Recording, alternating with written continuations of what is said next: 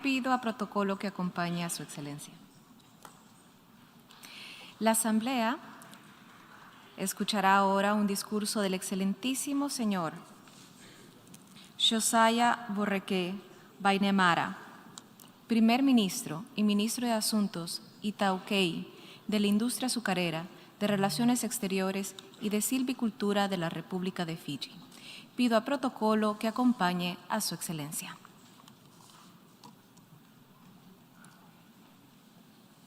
Tengo el placer de dar la bienvenida al excelentísimo señor Josaia Voreqe Bainimarama, primer ministro y ministro de Asuntos iTaukei de la industria azucarera, de Relaciones Exteriores y de Silvicultura de la República de Fiji. Lo invito a dirigirse a la Asamblea.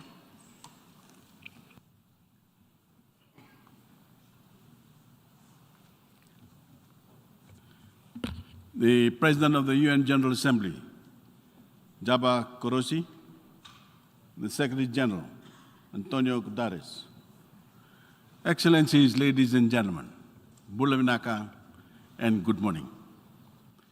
First, I congratulate you, Your Excellency Jaba Korosi, on your election as the President of the General Assembly. I also commend your predecessor, Foreign Minister Abdullah Shahid of the Maldives. Excellencies, in a year of challenge, I'm here to condemn not one, but three great global conflicts.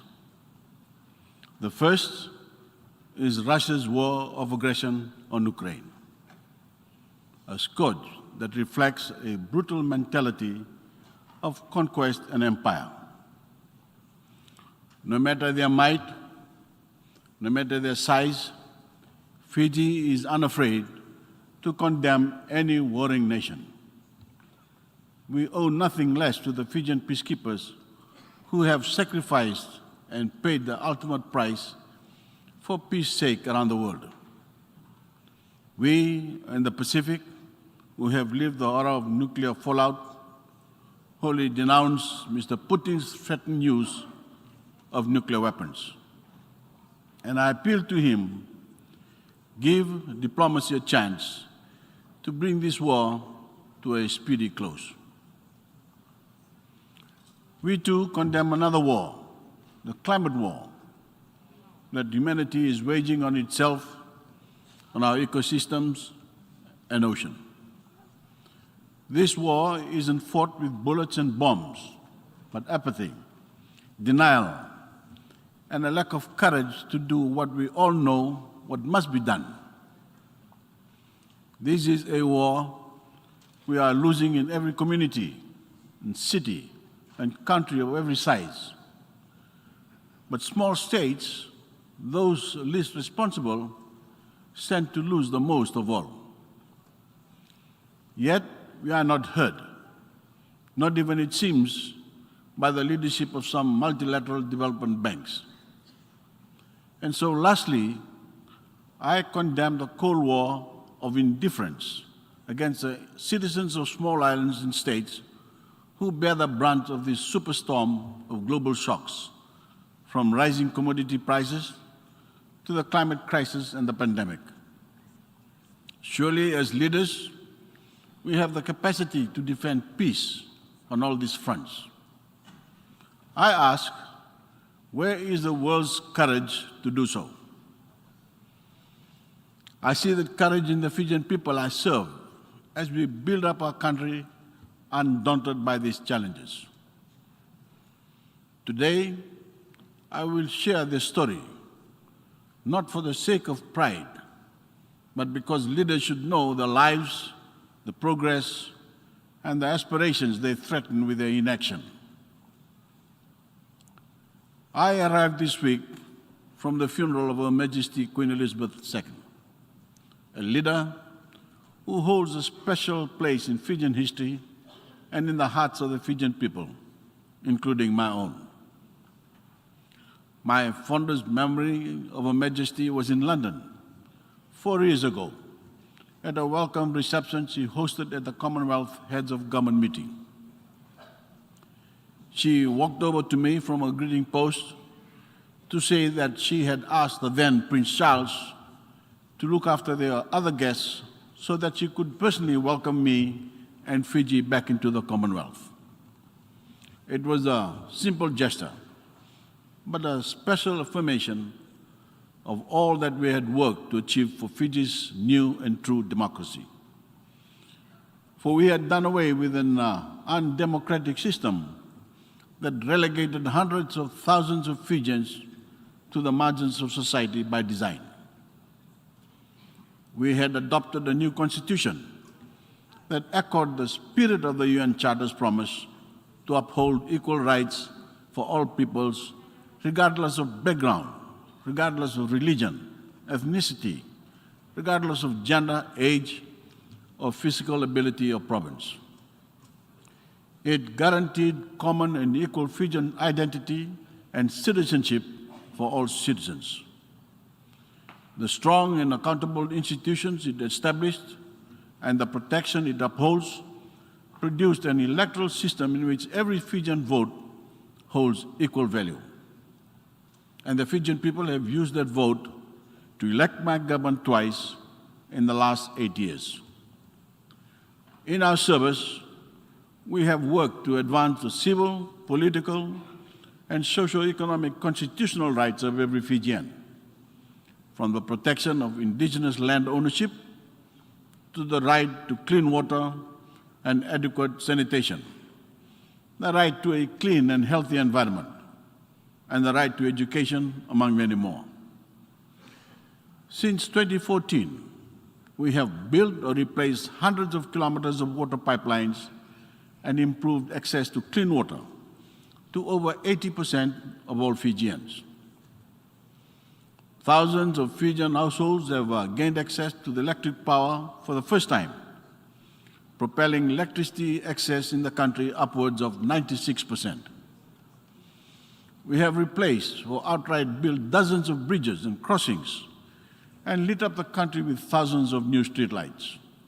We have built, upgraded, or rehabilitated close to 1,000 kilometers of roads.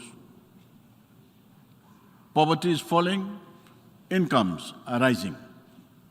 The cost of data has fallen by as much as 98%.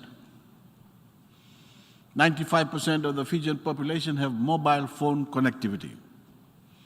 And a national digital television platform, Voreqe, reaches all 110 populated islands in Fiji. We achieved the longest stretch of economic growth in Fijian history. Among these wins for sustainable development, the Fijian education revolution is my greatest pride as Prime Minister. For the first time in our history, primary and secondary education are free. Not free in name, but free in fact and accessible to all. Textbooks are free, whether they travel by road, river, or travel by or ocean. Disadvantaged students, transportation to schools is subsidized. We have extended opportunities for tertiary education beyond what was ever thought imaginable. And today, Fijian women outnumber men in our universities. In times of crisis, our constitutional commitments to every Fijian have served us best and mattered most. The COVID-19 pandemic contracted our economy by over 20%. It stole half of our government revenues, flung over 100,000 Fijians out of full-time employment, and pressed us to the precipice of a socio-economic crisis. Through decisive policy choices, we maintained the strongest possible focus on protecting people and communities. Through our tourism revenue was zero, we paid out income support to the unemployed. We did not slash a cent of our pensions and payments to elderly and disabled Fijians.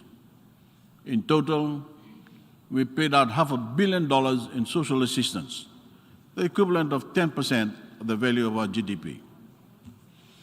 With our partners' support, we achieved the near universal vaccination of our adult population. We reopened Fiji's borders from this past December, and we have since welcomed hundreds of thousands of visitors and earned hundreds of millions in revenue. More of our people are working again, and we are set toward the record-breaking double-digit economic growth for the Fijian economy this year. The pace of our recovery is possible because we prepared for it. We kept our national airline, Fiji Airways, ready to resume full operations throughout the COVID crisis. We supported our tourism industry to weather the storm. That allowed us to set the terms of our reopening. With our steady recovery, we are now paying out tens of millions of dollars to help the most vulnerable Fijian families meet the global rising cost of food, fuel, and other essentials. Excellencies, our 8-year-old democracy has delivered the equality our people cherish. It has delivered services and infrastructure they depend on. It certainly has all shown its resilience. Our eyes are now on the next 8 years, the sprint from now until 2030.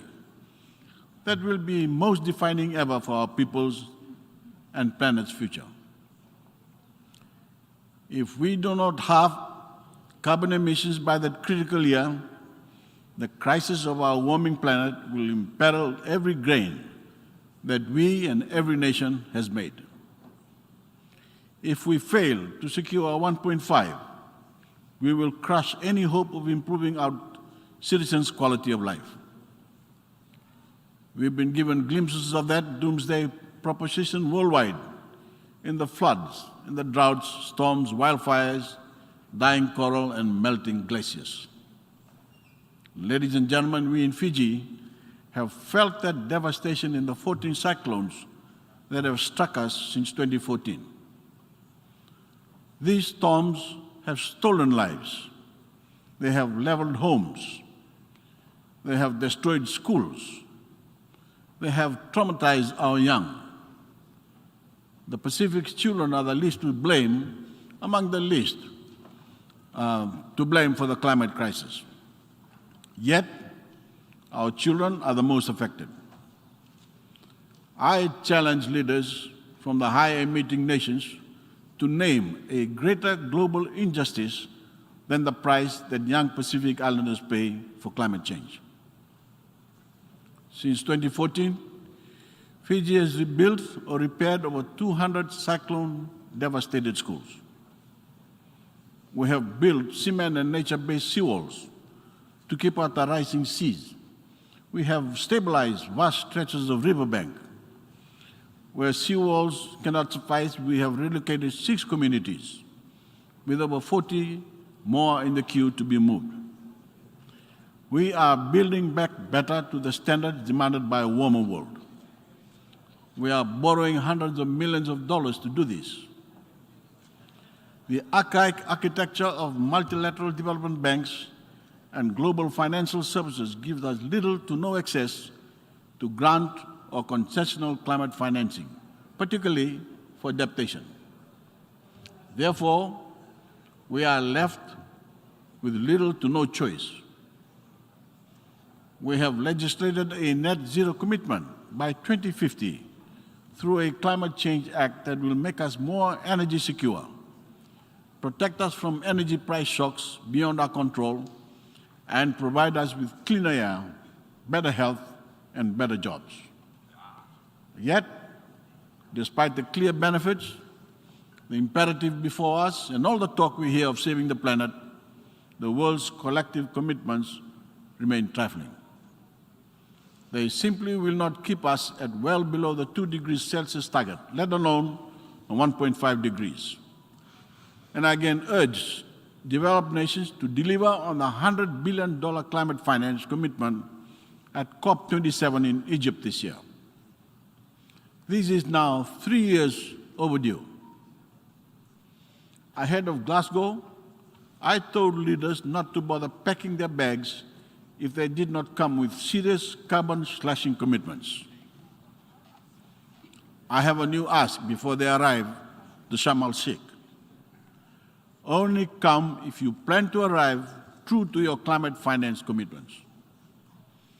Only come to Sharm el-Sheikh if you are ready to agree to a loss and damage mechanism in addition to a post-2025 financing framework. This must be in the order of 750 billion, with at least 10% of climate finance destined for small island states. Excellencies, this is our story, a Fijian story in every sense. It is the story of David against Goliath, a small state facing nations, corporations, and interests far bigger than we are.